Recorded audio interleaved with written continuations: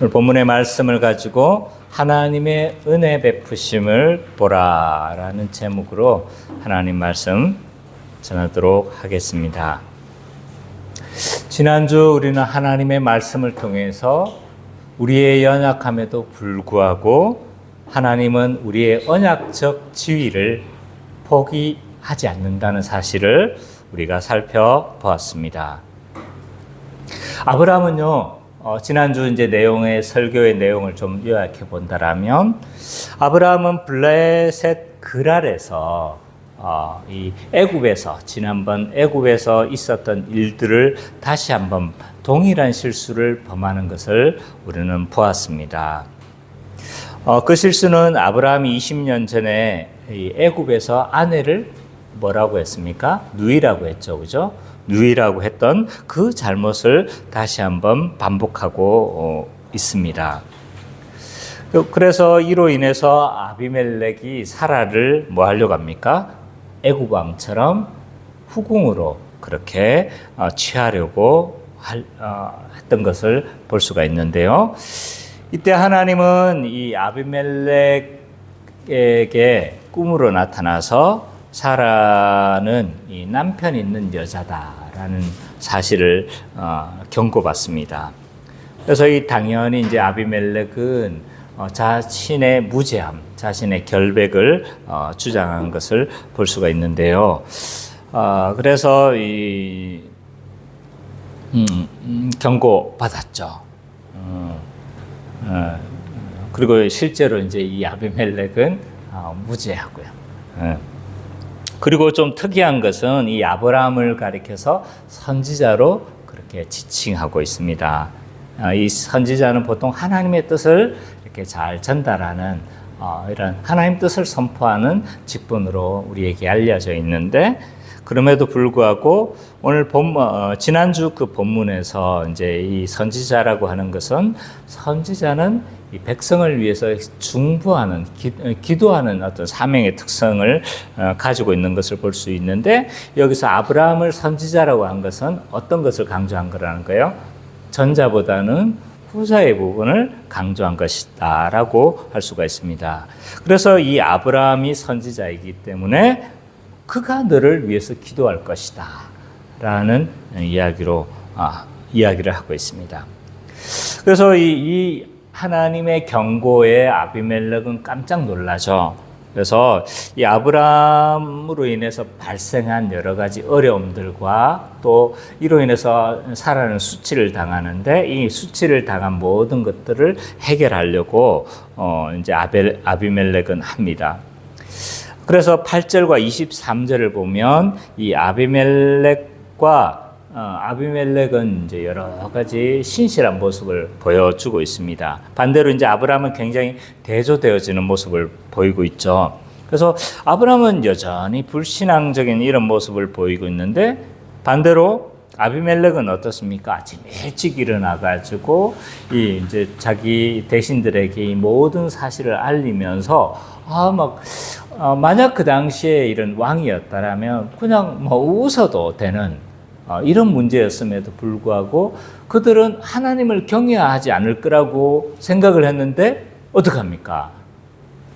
오히려 아브라함은 하나님을 경외함이었고, 오히려 이 아비멜렉은 하나님을 두려워하고, 실제로 하나님을 믿었다는 말은 아니에요. 그러나 하나님을 두려워하고 이런 모습을 보여주고 있죠. 그래서 하나님을 경외하는 사람이 없다고 본 이 아브라함의 인식과 좀 차이를 보이는 거예요. 약간 좀 대조하려고 하는 이런 면들이 있습니다. 그래서 이제 아비멜렉은 사라가 당한 모든 수치를 이제 회복하려고 하죠. 그래서 이 애굽에서는 애굽 왕이 아브라함에게 선물을 하는데, 이 아비멜렉은, 블레셋 왕 아비멜렉은 오히려 사라에게 예물을 드렸어요. 이 사라에게 예물을 줬다는 건 뭐예요? 사라의 수치를 회복하려고 하는 이런 아비멜렉의 노력을 좀 볼 수가 있습니다. 근데 이제 여기서 우리가 주의해서 좀 주목해서 살펴봐야 할 것은 굉장히 아브라함이 수치를 당했어요. 왜냐하면 정말 믿음 없는 모습을 보이고 오히려 아비멜렉은 어떠한 거예요? 이방인임에도 불구하고 오히려 하나님을 경외하는 듯한 아주 믿음직한 성품 또는 신실한 이런 모습을 보여주니까 오히려 이 아브라함은요 언약 백성으로서의 모습이 전혀 없는 거예요.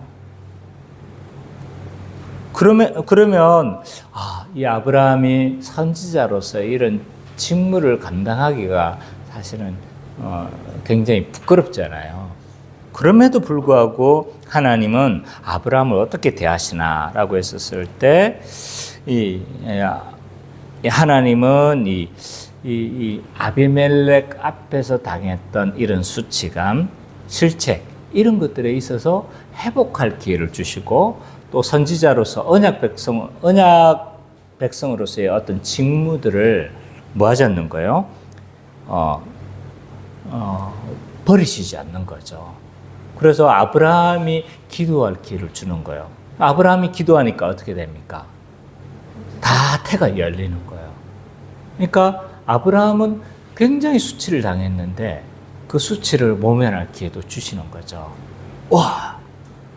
어떻게 보면 굉장히 무시할 수 있는 상황일 수도 있는 거잖아요. 그렇죠?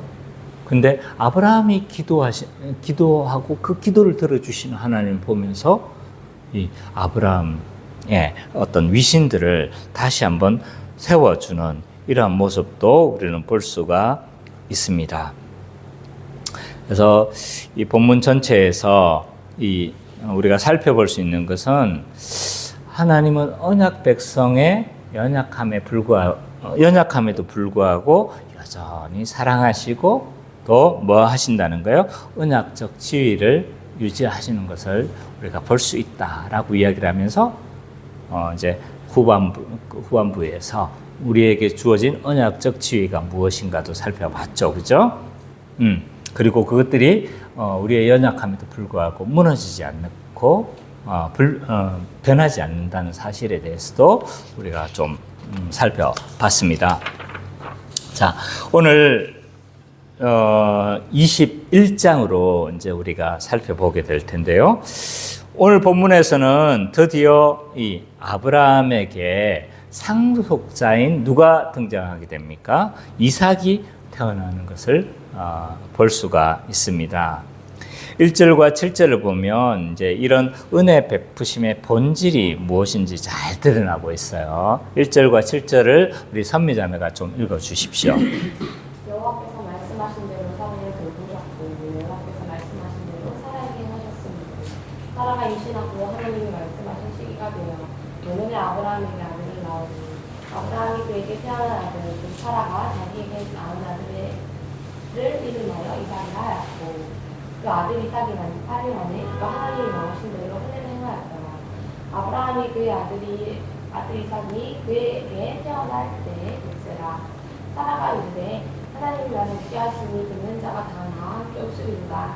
또 이르되 사라가 자식들을 젖먹겠다고 누가 아브라함에게 말하였으리로하니 아브라함이 노병에 내가 아들을 낳았도다 하니라. 네, 1절과 7절 말씀을 우리가 살펴보면요.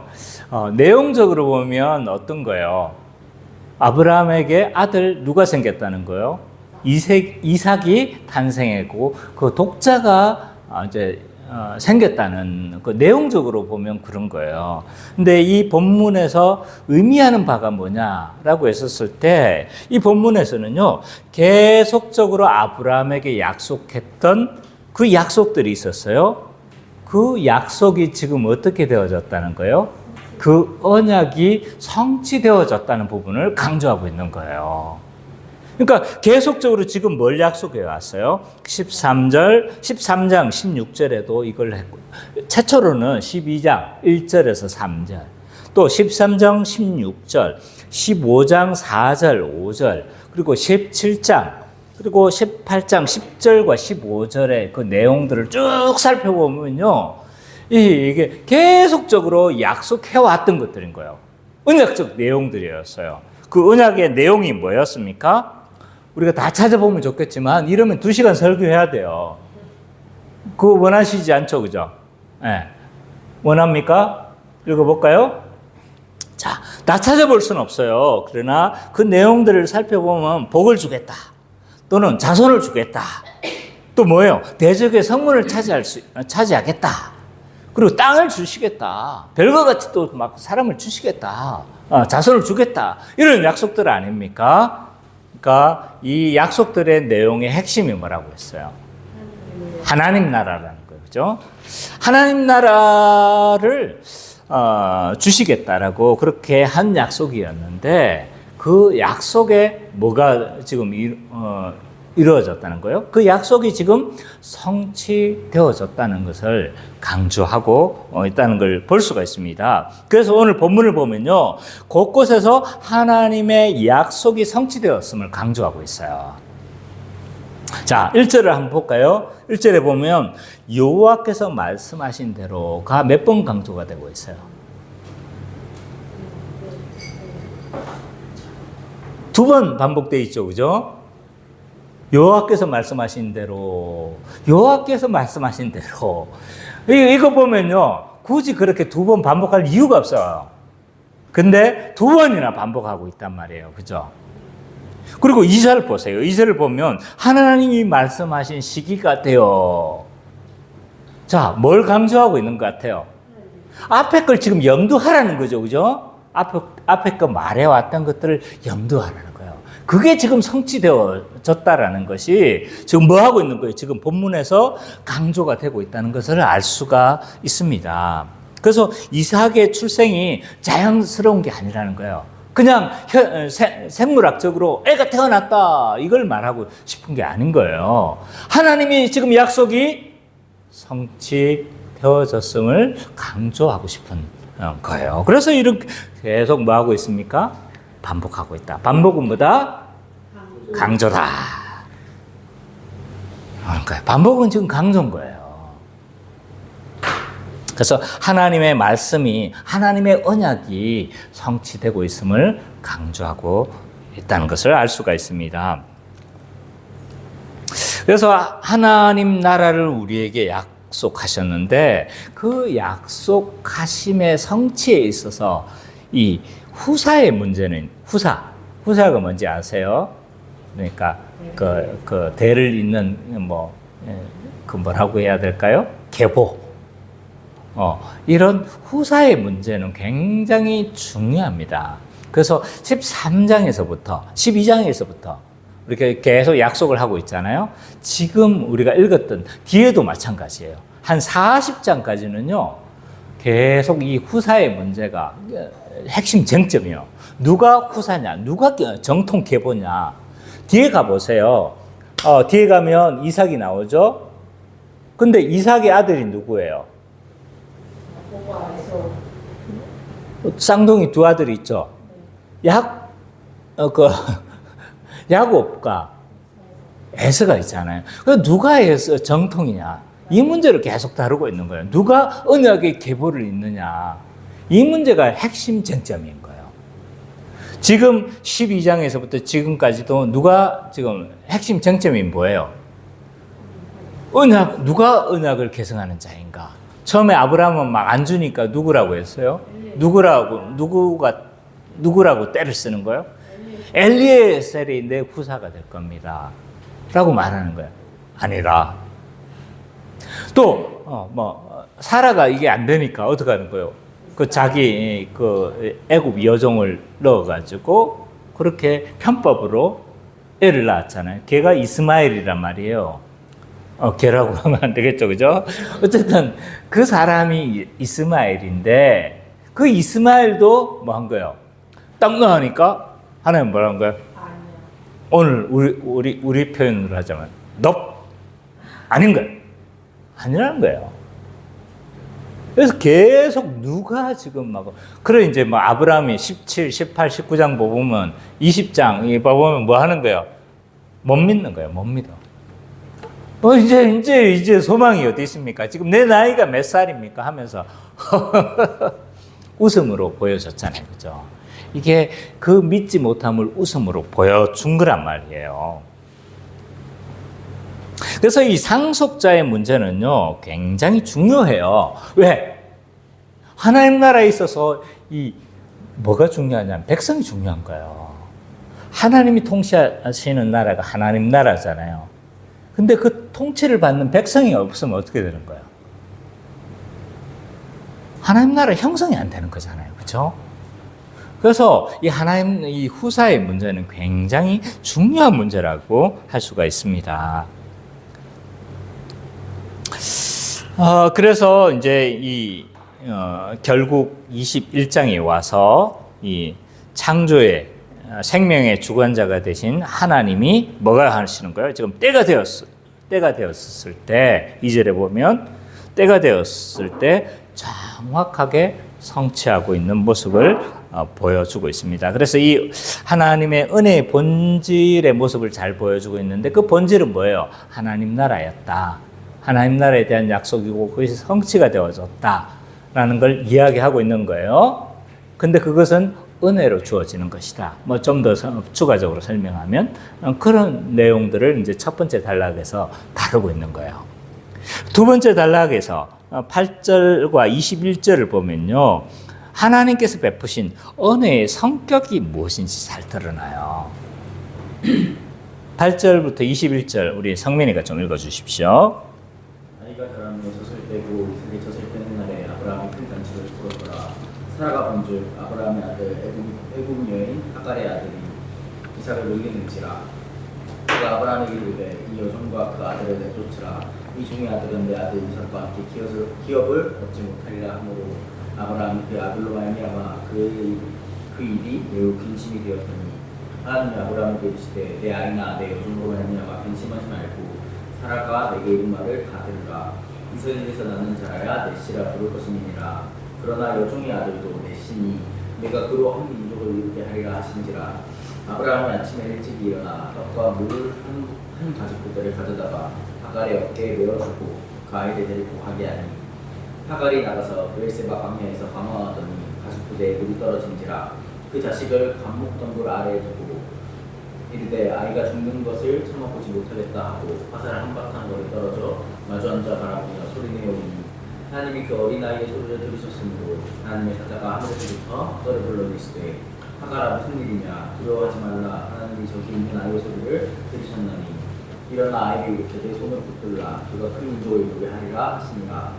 하나님이 하갈의 눈을 밝히셨으므로 샘물을 모으고 가서 가죽 부대에 물을 채워다가 그 아이에게 마시게 하였더라. 하나님이 그 아이와 함께 계심에 그가 장성하여 광야에 거주하며 할 수 없는 자가 되었더니 그가 바란 광야에 거주할 때 그의 어머니가 그를 위하여 애굽 땅에서 아내를 얻어 주었더라. 8절과 21절을 보면요. 하나님께서 베푸시는 이 은혜의 성격이 이제 잘 드러나고 있어요. 그건 저 마지막 부분에서 제가 설명해 보도록 하겠습니다. 이 당시에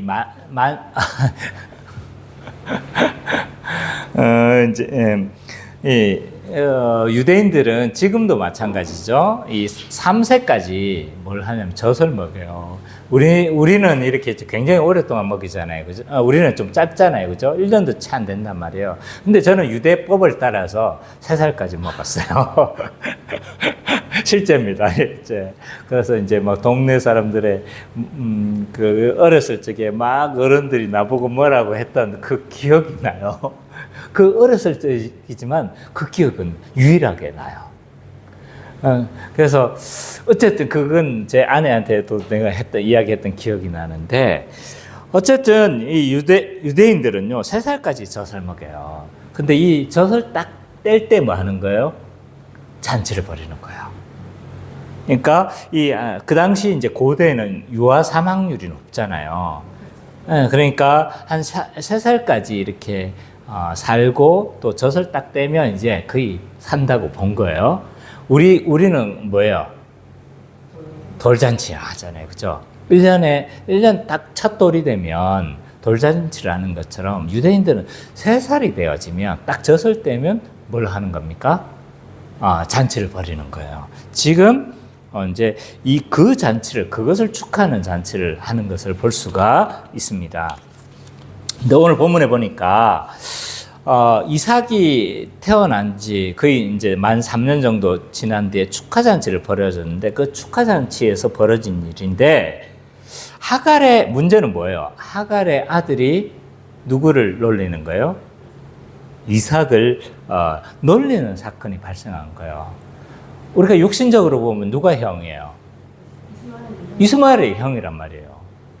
그러면 이스마엘이 저 은찬이한테 물어보면 좋겠네요. 형이 놀립니까? 안 놀립니까? 놀리죠, 그죠? 자연스러운 거예요. 고대 공통의 형이 동생을 놀리는 건 너무나 자연스럽고 막 깐족되는 것은 너무나 굉장히 자연스러운 일이야. 그러니까 여기서도 충분히 있을 법한 이런 일이라는 거예요. 근데 지금 뭐 하는 거예요? 사라가 이걸 목격한 거예요.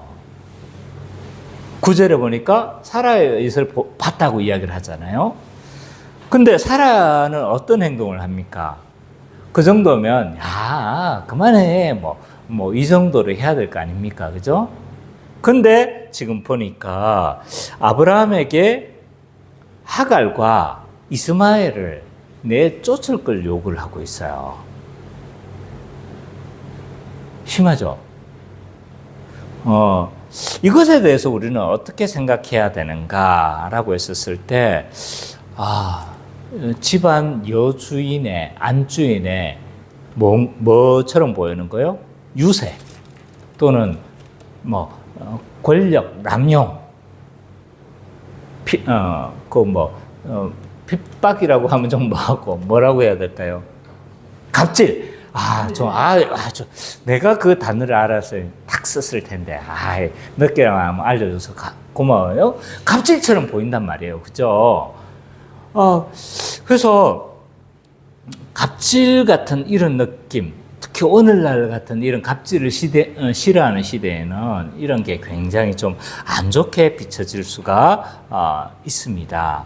근데 이것에 대해서 우리는 어떻게 생각해야 될까라고 했었을 때, 이 안주인의 갑질로 봐서는 안 된다는 거예요. 왜냐하면 10절을 보세요. 10절을 한번 같이 읽어볼까요? 시작. 읽어주세요. 시작. 그가 아브라함에게 이르되 이 여종과 내쫓으라. 이 종의 아들은 내 아들 이삭과 함께 기업을 얻지 못하리라. 아들을 내쫓으래요. 그죠? 근데 이유가 뭔 거예요? 이 종의 아들은 내 아들 이삭과 함께 기업을 얻지 못하리라 라고 이야기를 해요. 이 말의 의미는 뭐냐면 단순한 질투의 문제가 아니라 뭐라는 거예요? 누가 기업을 얻느냐의 문제인 거예요. 누가 아브라함에게 약속한 그 기업을 얻을 자인가? 이 문제라는 거예요. 계속 그 문제를 지금 언급하고 있습니다. 그래서 비록 이스마엘도 아브라함의 아들인 건 맞아요. 그러나 이 이스마엘은 이삭과 함께 뭘 얻을 수 없다는 거예요? 상속자가 될 수 없다는 것을 계속 이야기를 하고 있습니다. 그것은 하나님의 뜻이 아닌 거예요. 그래서 갈라디아 4장 30절에서도 이 문제를 동일하게 이야기를 하고 있어요. 그래서 하갈의 아들과 사라의 아들, 이렇게 비유를 서로 대조해 가면서 하고 있는 거예요. 거기서는 뭐라고 이야기를 하고 있냐면 바울은 이렇게 이야기를 해요. 두 가지 언약에 대해서 비유적으로 표현한 것이다. 비유적 적용을 하고 있어요. 그래서 하나님의 약속을 따라 난 자만이 뭘 얻는다는 거예요? 유업을 얻는다는 것을 강조하고 있어요. 그러니까 이 창세기 이 사라가 말했던 것과 같은 맥락인 거예요. 그래서 유업을 누가 얻느냐는 것을 이 본문을 통해서 보여주고 싶은 거예요. 누가 얻는다는 거예요? 약속을 따라 난 자만이 유업을 얻을 수 있다는 것을 보여주고 싶은 거예요. 그래도 좀 너무한데요. 그래도 쫓아내는 건 너무하잖아요. 이런 생각이 우리 주성민 군이 가지고 있는 것 같아요. 아니에요. 그냥 제가 하는 말이에요. 어쨌든 그런 생각도 할 수 있잖아요. 그죠? 그래도 너무한 거 아닙니까? 그냥 그렇게 생각해 볼 수 있습니다. 그러나 하나님은요, 이 이스마엘에게도 은혜를 베푸시는 거예요. 비록 쫓아냈지만 육신적인 축복을 받게 하시는 거예요. 그럼 뭐 하는 거예요? 이스마엘을 내가 보살펴 주겠다 라고 말씀하시고, 그로 뭘 이루겠다는 거예요? 큰 민족, 한 민족을 이룰 수 있도록 일반 은총을 허락해 주시겠다는 거예요. 그리고 이스마엘은요, 생각보다 어리지가 않습니다. 아이라고 표현되어 있잖아요. 이 아이가, 그러니까 우리는 아이면 몇 살입니까? 한 4-5살. 4-5살 피덩이 같은 애를 쫓아보내고 너무한 거 아니에요? 뭐 이럴 수가 있어요. 근데 여기서 아이라고 표현된 나르는요, 보통 창세기에서 주로 쓰였을 때는 이 나르라는 이 단어는요, 자기를 보살필 수 있는 젊은이를 지칭할 때 사용합니다. 그러니까 이 17세였던 요셉을 가리켜서 나르라고 표현했어요. 그러니까 좀 어린 건 맞아요. 어린 건 맞으나 그러나 충분히 자기를 돌볼 수 있는 나이를 지칭할 때 사용합니다. 실제로 이제 이스마엘도 제법 나이가 되었던 것을 알 수가 있는 거죠. 그래서 이 8절과 21절의 핵심은 뭐냐면요, 은혜를 우리에게 주셨잖아요. 근데 그 은혜를 누가 받느냐라는 걸 보여주고 있는 거예요. 누가 받는 거예요? 이 은혜의 성격은 약속을 따라난 자만이 계승한다는 거예요. 아무리 이스마엘이 형이랄지라도 언약의 계승자가 못 되는 거예요. 그래서 주권적인 성격을 보여주고 있는 거예요. 은혜적 성격을 보여주는 거예요. 아까 우리가 누구였어요? 쌍둥이 아들. 야곱과에서. 지금 이스마엘은 어떻게 보면 서자잖아요. 첩의 아들이잖아요. 그러니까 그는 첩의 아들이니까 안 될 수도 있지. 이런 생각을 할 수 있어요. 근데 야곱과 에서는 뭐예요? 둘 다 정실. 우리로 치자면 정식 부인의 부은 거예요. 쌍둥이 아들이에요. 근데 누가 형이에요? 에스가 형이에요. 근데 하나님 누구를 언약의 계승자로 삼아요? 야곱을 삼는 거예요. 이 말의 의미는 뭐냐면 하나님의 선택은요, 동생만을 선택한다는 말이 아니에요. 그 의미는 뭐냐면 하나님의 선택은 주권적이라는 거예요. 주권적. 혈통에 의해서 되어지는 게 아니라는 거예요. 이 말은 내가 목사의 아들이니까 자동적으로 구원은 보장된다는 말이 아닌 거예요. 내가 착하기 때문에, 내가 모태신앙이기 때문에 이게 구원이 보장된다는 말이 아니라는 거예요. 주권적으로 하나님을 선택하신다는 거예요. 그래서 약속을 따라난 하나님이 선택한 자만 뭐 한다는 거예요? 계승한다는 걸 보여주고 있습니다. 은혜적인 특성을 보여주고 있는 거예요. 이 성격이 어떠냐? 우리가 받는 이 은혜의 성격이 어떤 거냐? 약속을 따라난 자가 받는다. 라는 거예요. 간단하게 말하면. 그리고 22절부터 34절은요, 이 은혜 베푸심의 특징이 어떠한가를 잘 보여주고 있어요.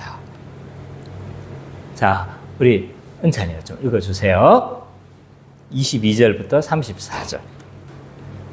그때 그 아비멜렉과 그의 장막 기록이 아브라함에게 말하였되 네가 무슨 일이든지 하나님이 너와 함께 계시고 그 여정에는 나와 내 하늘과 신자에 대해 같이 행하지 아니하기를 이제부터 하나님과 내가 맹세하라. 내가 너희의 후대한 대로 너도 나와 행할 것이니라. 아브라함이 이르되 네가 맹세를 하니라. 아비멜렉 종들이 아브라함의 은을 빼앗으며 아브라함이 아비멜렉을 책망하며 아비멜렉이 이르되 누가 그리하였는지 네가 알지 못하였다. 너도 누를 내게 알게 하지 않고 나도 듣지 못하였으니 짧은 오늘의 아브라함이 야바스로 가져다가 아비멜렉에게 주고 두 사람을 서로 언약을 세웁니다. 아브라함이 일곱 암양 새끼를 따로 모으니 아비멜렉이 아브라함에게 이 일곱 암양 새끼를 따로 모으면 어쩌리냐. 아브라함이 이르되 너는 내 손에서 이 암양 새끼 일곱을 받아 내가 이 우물 밟힌 것을 삼으라. 두 사람이 거기서 서로 맹세하였으므로 거기서 베르세바로 이름하였다. 그들이 베르세바에서 언약을 세우니 아비멜렉과 그 군대장과 비복을 떠나 블레셋 사람을 따라오고 돌아갔고 아브라함은 베르세바에 에셀라고 신고 그것을 영원하신 여호와 이름을 불렀으며 그가 블레셋 사람을 향해서 여러 날을 지냈더라. 자, 오늘 본문에 보니까 아비멜렉과 비골이 아브라함에게 찾아옵니다. 그래서 와서 하는 말이 뭐예요? 22절에 보니까 내가 무슨 일을 하든지 하나님이 너와 함께 계시도다. 이런 표현을 하고 있어요. 여러분 이런 이야기를 들어보신 적 있어요? 우리가 예수 믿는 자 아니에요? 우리가 아브라함보다 어떻게 보면 더 분명한 은혜를 받은 사람이에요. 그죠? 아브라함은 오실 그 은혜를 바라보면서 살았던 사람이잖아요. 더 우리보다 불분명한 은혜 가운데 살았던 사람이에요. 근데 우리는 더 선명한 은혜를 받았어요. 그러면 아브라함과 비슷한 이야기 들어야 되지 않겠습니까? 선미자매를 보니까 하나님이 늘 함께 하시는 걸 느껴요. 이런 표현 들으신 적 있습니까? 아브라함에게 있잖아요. 이 군대 장관이 와서 내가 무슨 일을 하든지 하나님이 너와 함께 계시도다. 이런 표현을 하고 있는 거예요. 우리가 신자가 된다는 건요, 대단한 영적 변화가 있는 거예요. 그래서 어떤 큰 부자가 되거나 뭐 이런 건 아니라 할지라도 사실은 변화가 느껴져야 돼요.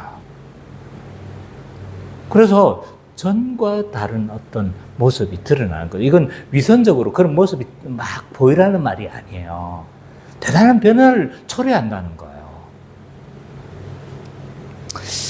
그래서 우리가 정말 살아가는 우리의 모습들을 전에 나를 잘 알던 사람이 나를 와서 예수 믿고 난 이후에 나를 보니까 뭐 하는 거예요? 야, 너 정말 달라졌다. 뭐 이런 느낌들이 와야 되는 거죠. 뭔가를 직감해야 되는 거예요. 뭔가 눈치를 채야 되는 거예요. 왜냐하면 우리 안에 어떤 변화가 일어났거든요. 또한 우리 안에 어떤 세계를 경험하고 있는 거예요. 그러니까 우리 표정부터 달라지는 거죠. 우리 표정도 달라지고 우리의 생각하는 게 달라지고 우리가 뭔가 추구하는 게 달라지는 거예요. 그 전에 막 돈을 위해서 쫓아가던 사람이 뭘 쫓아가는 거예요, 이제? 다른 가치를 쫓아가면서 살아가는 거예요. 그러니까 뭔가 달라지지 않겠어요? 김익두라는 목사님, 내가 전혀 뭐 설교문에 준비한 건 아니지만 딱 생각나는 분이 김익두라는 목사님, 유명한 전직 깡패였어요. 근데 이분이 완전 동네 그 읍에서 알아주는 깡패인 거예요. 그 망나니인 거야, 망나니. 근데 예수 믿고 나서 이 사람 확 달라졌다는 소문이 팍 떠도는 거예요.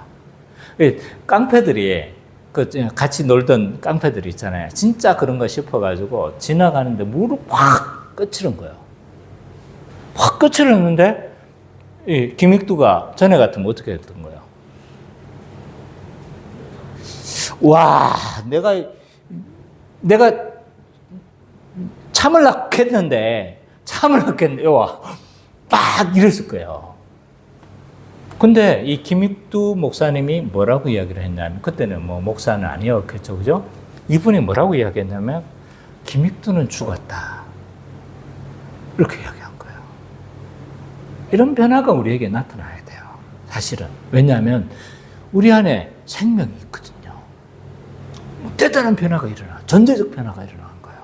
그래서 전혀 믿기 전과 믿은 후에 변화가 나타나지 않는다는 건 이상한 일인 거예요.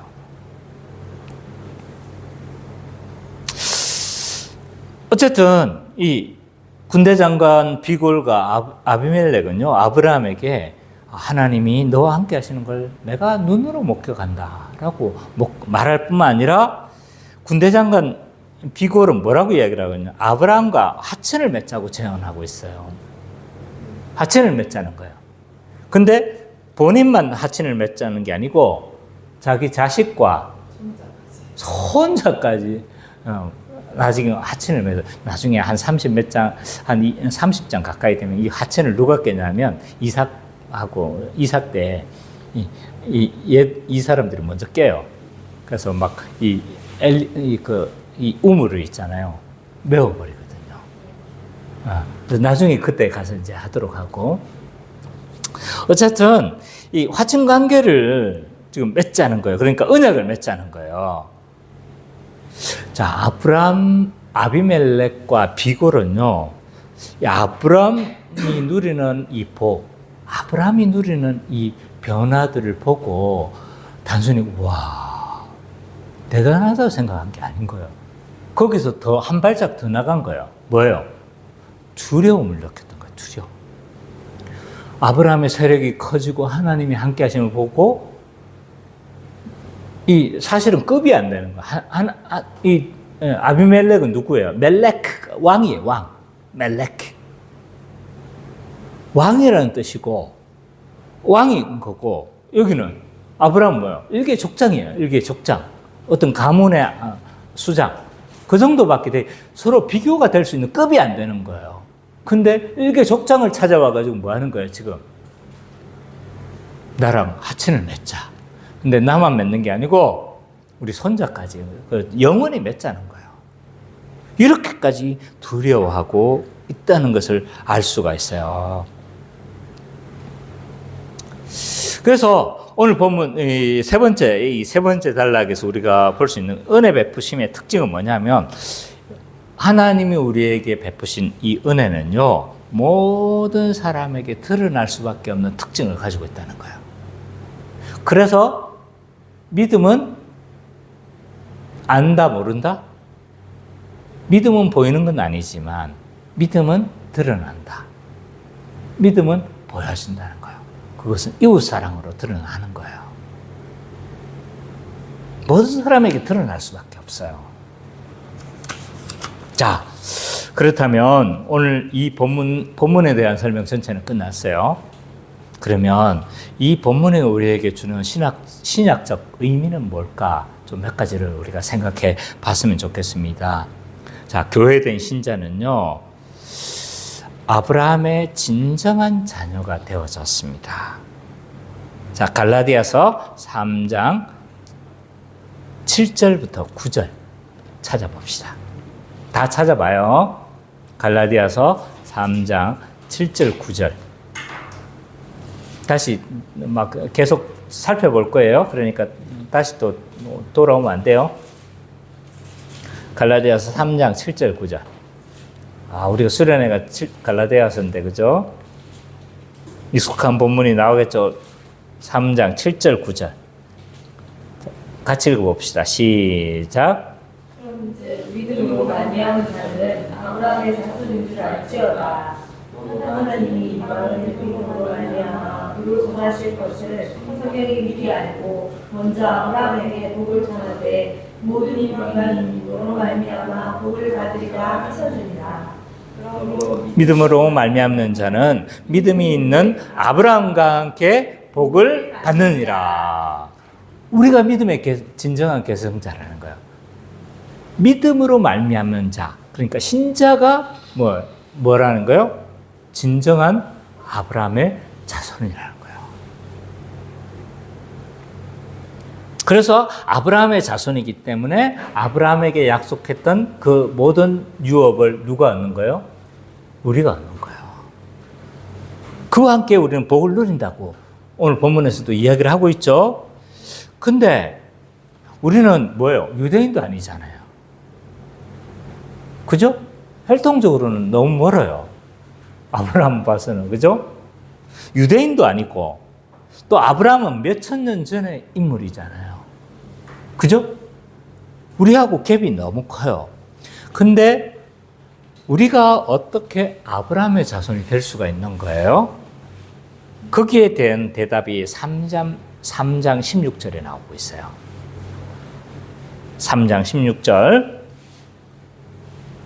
같이 한번 읽어봅시다. 3장 16절. 시작.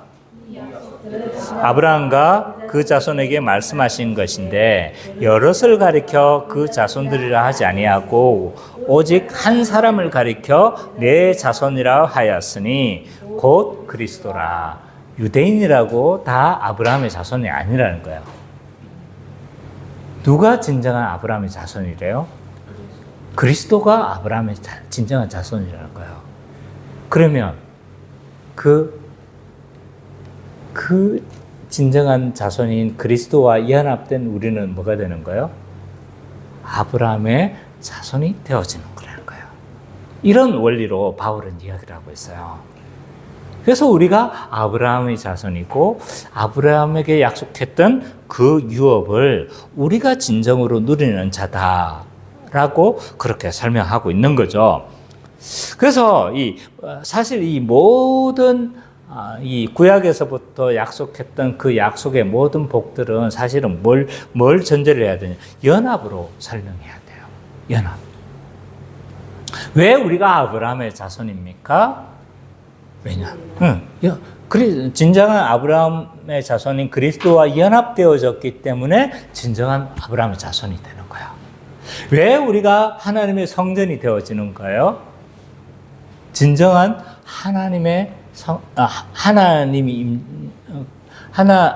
그리스도가 뭐라고 이야기를 해요? 요한복음 3장에 보면 성전이라고 이야기를 하고 있잖아요. 그렇기 때문에 그와 연합된 우리도 뭐가 되는 거예요? 하나님의 성전이 되어지는 거죠. 그래서 모든 복의 개념은요, 연합과 같이 설명하지 않으면요, 설명이 안 되어지는 거예요. 왜 우리가 그리스도 하나님 앞에서 용납되어지는 거예요? 왜냐하면 그리스도가 모든 의를 성취하시고 모든 죄를 다 사하셨기 때문에 그와 연합되니까 뭐 하는 거예요? 그리스도의 옷을 입는 거잖아요. 그렇죠? 그래서 하나님 앞에서 우리가 뭐처럼 여겨진다? 그리스도처럼 여겨진다. 성경의 표현을 그대로 빌리자면 그리스도를 옷 입었느니라. 이런 표현을 하고 있는 거예요. 그래서 우리가 받은 복은요, 연합으로 설명하지 않으면 설명이 안 되는 거예요. 어쨌든 그렇습니다. 그래서 이 아브라함에게 약속한 이 유업은요, 곧 뭐였어요? 우리가 앞에서 우리가 진정한 아브라함의 자손이니까 아브라함의 복을 우리가 누린다고 했죠, 신자가. 근데 그 약속했던 그 약속이 뭐였어요? 하나님 나라였죠. 그죠? 창세기 12장 1, 2, 3절, 13장, 15장, 17장, 19장 계속 갱신하고 있는데 그 갱신의 내용은 결국 다 하나님 나라인 거예요. 하나님 나라. 그죠? 그래서 이 하나님 나라를 계속적으로 약속했는데 그 하나님 나라는 사실은 이제 모형적이었던 거예요.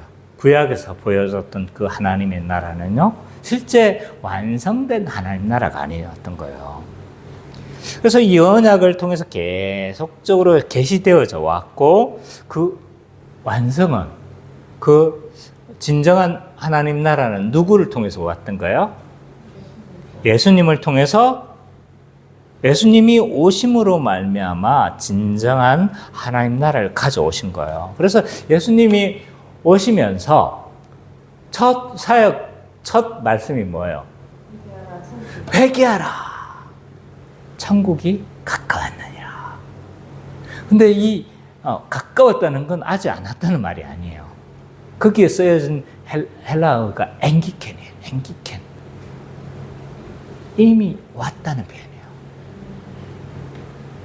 이미 왔다는 걸 전제한 표현입니다. 그래서 이 하나님 나라, 예수님이 오심으로 말미암아 하나님이 나라가 이미 왔고 우리는 그 하나님 나라를 누리고 또 하나님 나라를 뭐 하는 자인가요? 맛보는 자인가요? 근데 이 하나님 나라를 회복하셔서 결국 우리에게 주시려고 하는 게 뭔 거예요? 선미자매. 하나님 나라를 통해서 우리에게 주시려고 하는 게 뭔 거예요? 그렇죠. 하나님 나라의 목적이 곧 뭐예요? 안식인 거예요, 안식. 하나님이 원래 창조 시에 우리에게 주시려고 했던 그 안식이 주시려고 하는 거예요. 그래서 그거는 이제 우리가 창세기 2장 1절에서도 우리가 봤던 것처럼 하나님께서 안식하신 목적이 뭔 거예요? 그 창조의 목적이 안식에 있다는 걸 보여주는 거잖아요. 그죠?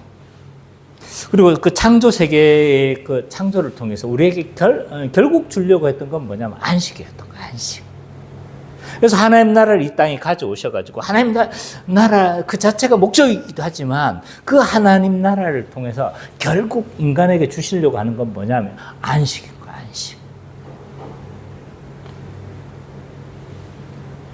오늘 본문의 표현을 빌리자면요. 저는 뭐가 유사하다고 생각했냐면 웃음과 유사하다는 생각을 했어요. 웃음. 자, 아브라함의 아들 이삭이라는 이름의 뜻이 뭐였습니까? 웃음이라는 뜻이잖아요. 처음 이 아브라함이 웃었던 이 웃음은 뭐였어요? 비웃음의 웃음이었어요. 불신의 웃음이었어요. 그죠? 하나님 나라를 위해 그 아들을 주시겠다고 했지만 못 믿는 거예요. 비웃은 거예요. 그게 가능하겠습니까? 안 돼요. 근데 그런 자들을 하나님 뭐 하신 거예요? 설득하고 보여주고 야, 봐라. 저 하늘을 봐라. 하늘을 봐. 저 하늘의 별과 같이 내가 이뤄갈 거야. 설득하시고 이끌어가시고 막 그렇게 가는 거예요. 근데 이런 자들을 결국 자들이라고 할지라도 하나님은 긍휼을 베푸시고 이끌어내셔서 결국 기쁨을 누리도록 웃도록 하시는 하나님이신 거예요. 그래서 저는 이 이삭이라는 이름 안에는 웃게 하신다. 이 웃음이라는 게 중의적 표현이 있다고 생각한 거예요. 아브라함이 웃었던 그 웃음은 불신의 웃음이고 비웃음의 웃음이었지만 지금 웃게 하셨잖아요. 그죠? 그래서 이삭이라고 하잖아요. 그죠? 하나님 웃음을 주시고 싶은 거예요. 자, 그럼 우리에게도 적용할 수 있어요. 우리가 예수님을 알기 전 우리는 어떤 자들이냐면 하나님 나라를 믿지 못한 자들인 거예요. 웃음이 없던 자들인 거예요. 네, 평강이 없던 자들인 거죠. 뭔가가 우리는 늘 쫓아가고 있던 그런 자들이었어요.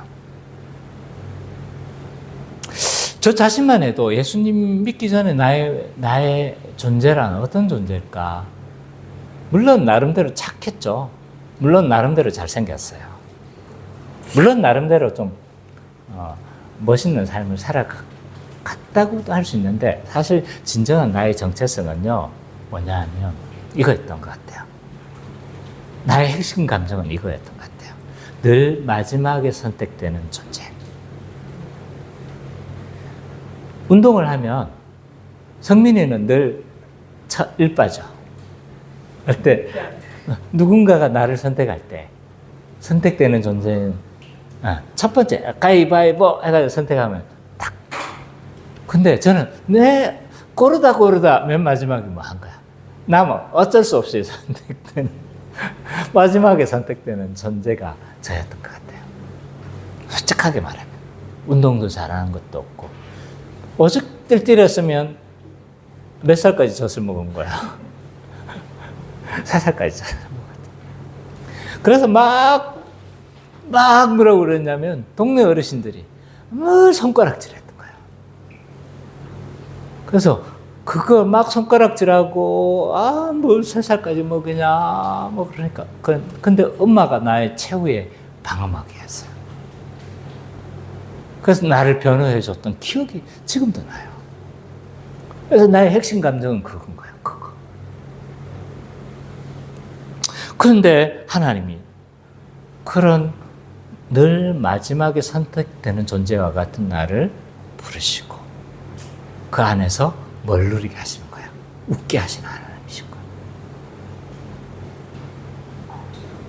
별거 아닌 자, 세상에서 정말 이 별거 아니고 아무것도 없는 그런 존재를 선택하시며 웃게 하시는 거예요. 저는 하나님이 이런 하나님이라 생각해요. 여러분 가운데 아무것도 없어도요, 정말 마지막에 선택되는 존재라고 할지라도 우리가 예수 안에 있으면요, 웃게 하시는 하나님이신 거예요. 예수 안에 있는 게 중요해요. 예수 안에. 그래서 그 하나님 안에, 예수 안에 있는 자이기 때문에 교회는 얼마나 행복한 곳이겠어요. 그죠? 저는 우리 교회가 이런 웃음이 넘쳤으면 좋겠어요. 서로가 있기 때문에, 한 가족이 있기 때문에 늘 하하하고, 그죠? 때로는 막 뭐 좀 안 좋은 모습도 보죠. 때로는 막 야단치는 모습도 보는 거예요. 인간적인 왜냐하면 이미 아직을 살고 있기 때문에 부족한 모습이 있어요. 그럼에도 불구하고 우리 교회는 웃음이 넘치는 교회가 되는 거예요. 이런 교회가 됐으면 좋겠습니다. 이 안식을 교회 가운데서 우리가 누렸으면 좋겠다. 근데 창세기 표에서는, 오늘 본문에서 표현은 그게 저는 웃음으로 표현됐다라는 생각을 하는 거예요.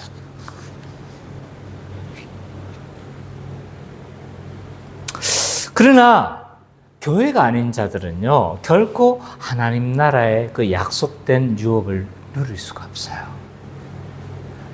안식을 누릴 수가 없어요. 웃을 수가 없는 거예요. 오늘 본문에서 아브라함의 유업을 누가 못 누렸습니까? 이삭보다 먼저 태어난 존재가 이스마엘이에요. 근데 그는 뭘 못했어요? 이 기업을 누리는 자가 못했던 거예요. 약속된 유업은 누구만 누릴 수 있습니까? 그리스도와 함께 연합된 자만이 약속된 유업을 누릴 수가 있는 거예요. 예수 안에 있는 게 얼마나 중요한지 몰라요. 그래서 내가 늘 하는 게 뭐예요? 중생하는 거예요. 예수 안에 있는 게 얼마나 중요한지 몰라요. 우리가 하나님의 약속된 씨가 아니면요, 오히려 교회 안에 있다 할지라도 어떤 존재가 되냐면 교회를 방해하고 교회를 핍박하고 하나님 나라의 일을 망치고 이런 존재밖에 안 되는 거예요. 여러분 거듭나셨어요? 중생하셨어요? 이거 날마다 질문해 보는 게 굉장히 중요한 거예요. 그래서 중생했습니까? 거듭났습니까? 내가 자꾸 확인하고 또 확인하고 또 복음을 전하고 하는 이유가 거기에 있는 겁니다. 자, 아브라함의 아들이었던 이스마엘은 뭐였어요? 약속된 상속자인 누구를 받게 했어요? 이삭을 받게 했잖아요. 그죠? 교회를 핍박하는 존재가 되는 거예요. 중생한 자가, 약속된 유업을 얻는 자가 아닌.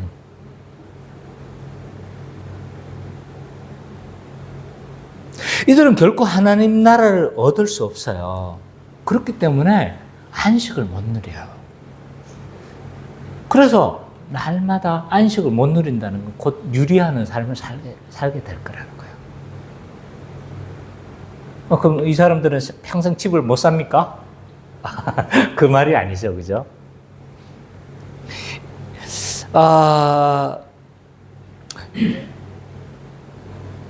이들은요, 하나님 주시는 안식을 누리지 못하기 때문에 안식을 줄 만한 다른 어떤 것을 날마다 찾아 헤매요. 우리에게 안식을 줄 만한 것들이 뭐가 있을까요? 뭐만 있으면 행복할 것 같아요? 뭐만 있으면 내가 행복해질 것 같아요. 이게 이건 거예요. 그게 하나님이 아니고 그 어떤 것이라면 우리는 우상을 섬기고 있는 겁니다. 죄를 짓고 있는 거예요. 그래서 안식을 줄 만한 것들이 있는데 어떤 사람은 이게 돈을 쫓아 헤매는 거예요. 왜냐하면 그 안에 하나님이 없기 때문이에요. 하나님 외에 어떤 다른 것을 쫓아 헤매는 거예요. 돈이 있으면 좋습니다. 그죠? 좋긴 한데요. 근데 이게 막 돈을 많이 쌓아두면 안식을 줄 것 같은 거예요. 그래서 내가 돈이 없을 때는 통장 안에 100만 원만 있으면 행복할 것 같죠? 돈이 없으니까. 100만 원 있으면 안식을 누려요? 아닌 거예요. 그러면 1억 가지고 있는 사람은 100억 가지고 있는 사람은 100억 가지고 있으니까 안식을 누릴 것 같은 걸까요? 아무리 쌓아도요. 안식을 못 누려요. 그래도 불안한 거예요.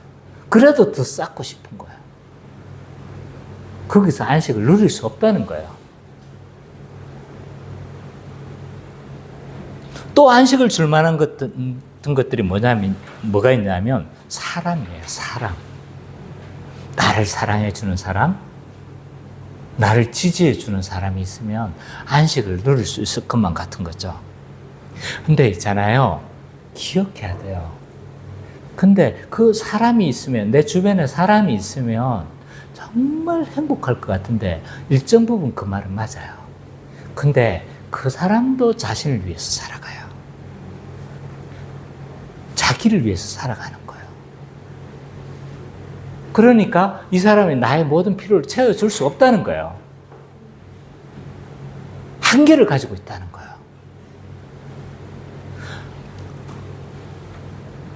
박선희 씨? 저와 결혼해가지고 살아가는데 내가 당신의 모든 걸 채워줄 수 있던가요? 아니요. 네. 저 말이 맞는 대답이에요. 다 못 채워준다는 거예요. 물론 어떤 일정한 부분에 있어서 나는 도움이 돼요. 정말 사랑한다 할지라도 일정 부분 되어지지만 궁극적으로 우리 모든 정서적 필요를 다 채워줄 수가 없어요. 왜냐하면 그 사람도 자기를 위해서 살아가거든요. 그리고 그 사람도 자기 지금 결핍이 있으니까 뭐 하는 거예요? 채워달라고 요구하는 거예요. 그러니까 거기서 우리는 안식을 누릴 수가 없습니다. 또 안식을 줄 만한 것이 또 있는데 그건 뭐냐면 권력과 힘. 권력이 있으면, 힘이 있으면 안식이 있을 것만 같아요. 왜냐하면 마음대로 다 짜지우지 할 수 있으니까. 근데 있잖아요. 권력과 힘이 있으면요. 뭔가 될 것처럼 보이지만 거기서도 안식을 못 줘요. 안 돼! 안 할 거야? 이 사람은 할까요? 안 할까요? 할 것 같아요? 안 할 것 같아요? 원장님이 하라고 그러면 안 할 거예요? 할 거잖아요. 그죠? 한단 말이에요. 그런데 왜 우리는 안식을 못 누릴까요? 그렇게 지시하는 입장인데도. 왜냐하면 그건 순종이 아니라 뭐예요? 그렇죠. 힘에 의해서, 외압에 의해서 뭐 하는 거예요? 외압에 의해서 복종이 아닌 거예요. 진정한 복종이 아닌 거예요. 그러니까 거기서 안식을 누릴 수 있는 거예요? 다 아는 거예요. 힘을 가지고 있다 할지라도 그 힘의 한계를 느끼는 거예요. 그래서 참된 안식은요, 하나님 나라에서 우리가 약속된 유업을 얻을 때만 가능한 겁니다. 자, 그러면 약속된 씨가 아닌 자들은 이 땅에서 저주만 받을까? 그건 아닙니다. 오늘 본문에서도 뭐예요? 약속의 씨가 아니라 할지라도 뭘 받았어요?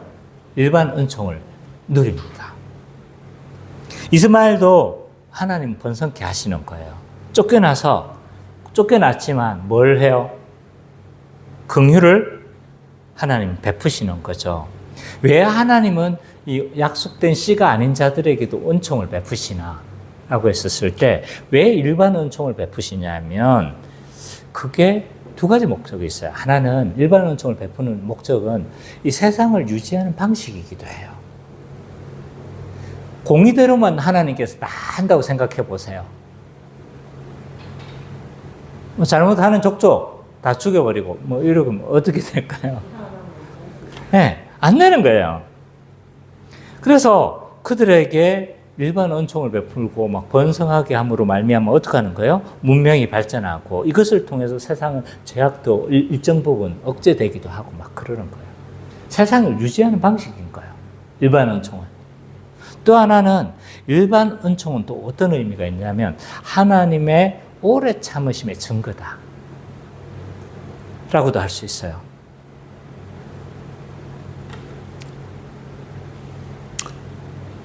그래서 공의대로 하면 바로 죽는 거예요. 그래서 일반 은총을 베풀어서 시간을 주는 거예요. 자, 아담과 하와가 죄를 지으면 죽는다고 했습니까? 산다고 했습니까? 죽는다고 했어요. 근데 왜 안 죽었어요? 죄 베풀은 영적으로 죽었잖아요. 그죠? 그럼 육신도 죽어야 되잖아요. 근데 육신은 바로 안 죽었잖아. 몇천 년이 지났잖아요. 왜 그런 거예요? 하나님의 일반 은총인 거예요. 일반 은총. 그 일반 은총을 베풀어서 그들이 하나님께로 돌아오고 그렇게 하나님의 오래 참을 증거 모습이기도 하다는 거예요. 그래서 우리가 하나님 시간이 주어질 때 하나님 나라로 인하는 게 굉장히 중요한 거예요. 여러분들은 다 믿고 계시죠? 난 그렇게 믿을 거라고 생각하고 있어요. 그래서 늘 내 믿음은 참된 믿음인가 생각해 보셔야 돼요. 그게 안전합니다. 그게. 자, 마지막 세 번째로 생각해 볼 것은 아브라함의 자손인 신자의 복됨은요, 이 불신자도 알아볼 만큼 분명한 거예요. 아브라함이 누리던 복을 누가 알아챘습니까? 아비멜렉과 비골이 알아챘잖아요. 그래서 하나님 너와 함께 계시다라고 이야기를 하고 막 나와 언약을 맺자 막 이렇게 말할 정도로 분명하게 드러났어요. 하나님 나라가 오면요 모든 사람들이 눈치챌 정도로 분명해요. 우리는 하나님 나라를 누리잖아요. 그럼 왜 우리는 안 느껴지는 거야? 왜 우리를 보고는 그런 이야기를 안 하는 거야? 실제로 느껴집니다. 분명해요. 한국 초대교회를 봐보면요.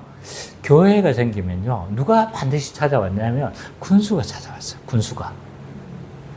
그 마을을 다스리는 군수가 찾아와가지고 막 교회, 그 군수가 새로 부임됐잖아요.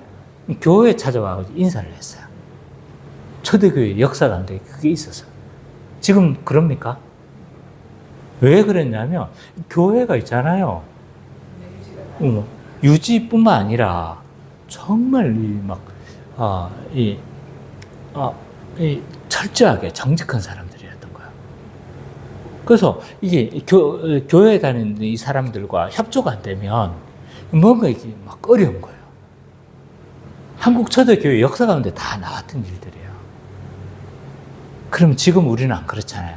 그럼 뭔가 교회가 고장이 났다는 거예요, 지금. 인도의 힌두교도가 뭐라고 했냐면 교회가 들어오는 거 막 결사반대했어요. 그래서 막 교회가 들어온다고 하니까 막 결사반대해가지고 막 했거든요. 왜 이렇게 반대하십니까? 하고 막 물으니까 왜냐하면 교회가 들어오면 이거 어떤 책에서 읽었던 이야기예요. 교회가 들어오면 그 카스트 제도가 무너질 거라는 거예요. 와, 믿음 대단하지 않아요? 그 사람들의 믿음이 대단하지 않아요? 뭔가 세상이 바뀌는 거예요. 분명히 알아채는 거예요. 자, 교회는 이런 복됨을 누려야 돼요. 이런 복됨을 누려야 돼요. 그러기 위해서는 우리가 한 몸됨을 믿어야 되고 이런 복됨을 누리기 위해서는 회복돼야 될 것들이 몇 가지가 있어요. 이건 자세한 설명은 잘 하지 않겠어요. 한 몸됨을 믿어야 되고 복음과 성령의 통치가 굉장히 중요합니다. 그래서 교회 안에 참된 복음이 잘 선포되는 게 굉장히 중요합니다. 참된 복음이 선포될 때 성령께서 역사하시겠죠, 그죠? 또 하나는 이게 다 연결되는 거지만 신자의 사랑이 중요한, 사랑으로 서로 살아가는 거. 그래서 이런 것들이 이루어질 때 교회는 어떤 존재가 되냐면 산 위의 교회가 되는 거예요. 제 스텝으로 같이 섬겼던 목사님이 한 분 계셨는데 개척한 지 얼마 안 됐어요. 그 교회 이름이 산 위의 교회예요. 네, 산 위의 교회인데 왜냐하면 산 위에 세워진 교회가 빛과 소금으로 다 드러나는 것처럼. 그래서 교회든 존재로 살아가면 빛과 소금으로서의 그런 것들이 드러나게. 이제 뭐라고 해야 될까요? 목회 철학이 그 안에 배어져 있는 거죠. 그래서 교회는 산 위의 교회가 되어져야 되는 거예요. 그래서 교회든 존재로 살아가면요, 세상의 빛과 소금이 되는 거예요. 5장에 있는 뭐죠? 마태복음 5장에 있는 산상순의 팔복대로 우리가 살아가면, 팔복이 우리에게 이루어지면, 신자에게서 나타나는 거죠. 이루어지면 뭐가 되는 거예요? 빛과 소금이 드러나는 거예요. 그래서 교회로 존재할 때 이런 복됨이 드러나야 됩니다. 이게 정상적인 거예요. 세상 속에서 세상 눈치가 보고 이런 것이 교회가 아닌 거예요. 교회는 초월됨이 나타나야 되는 거예요. 이게 정상적인 모습은 아니라는 거예요. 자, 우리가 어떤 존재가 돼야 될지 알겠죠, 그죠? 그래서 이런 복됨을 보고 세상의 모든 사람들이 우리에게 오는 거예요. 우리에게 와서 당신들이 그렇게 살아가는 비결이 뭡니까? 소망을 묻는 것이 사실 정상적인 모습이라는 거예요. 이런 교회를 우리가 이루어 갔으면 좋겠습니다. 그래서 아브라함에게 약속된 이 하나님의 은혜와 복을 이 땅에서 충분히 우리가 누리고, 그래서 세상 가운데 소망이 되어지고, 그래서 세상 사람들이 그 소망의 비결을 물어볼 때 우리는 참된 복음을 말하는 정말 아름다운 교회, 기쁨이 있는 교회 되시는 우리 모든 성도님이 되시기를 간절히 축원합니다.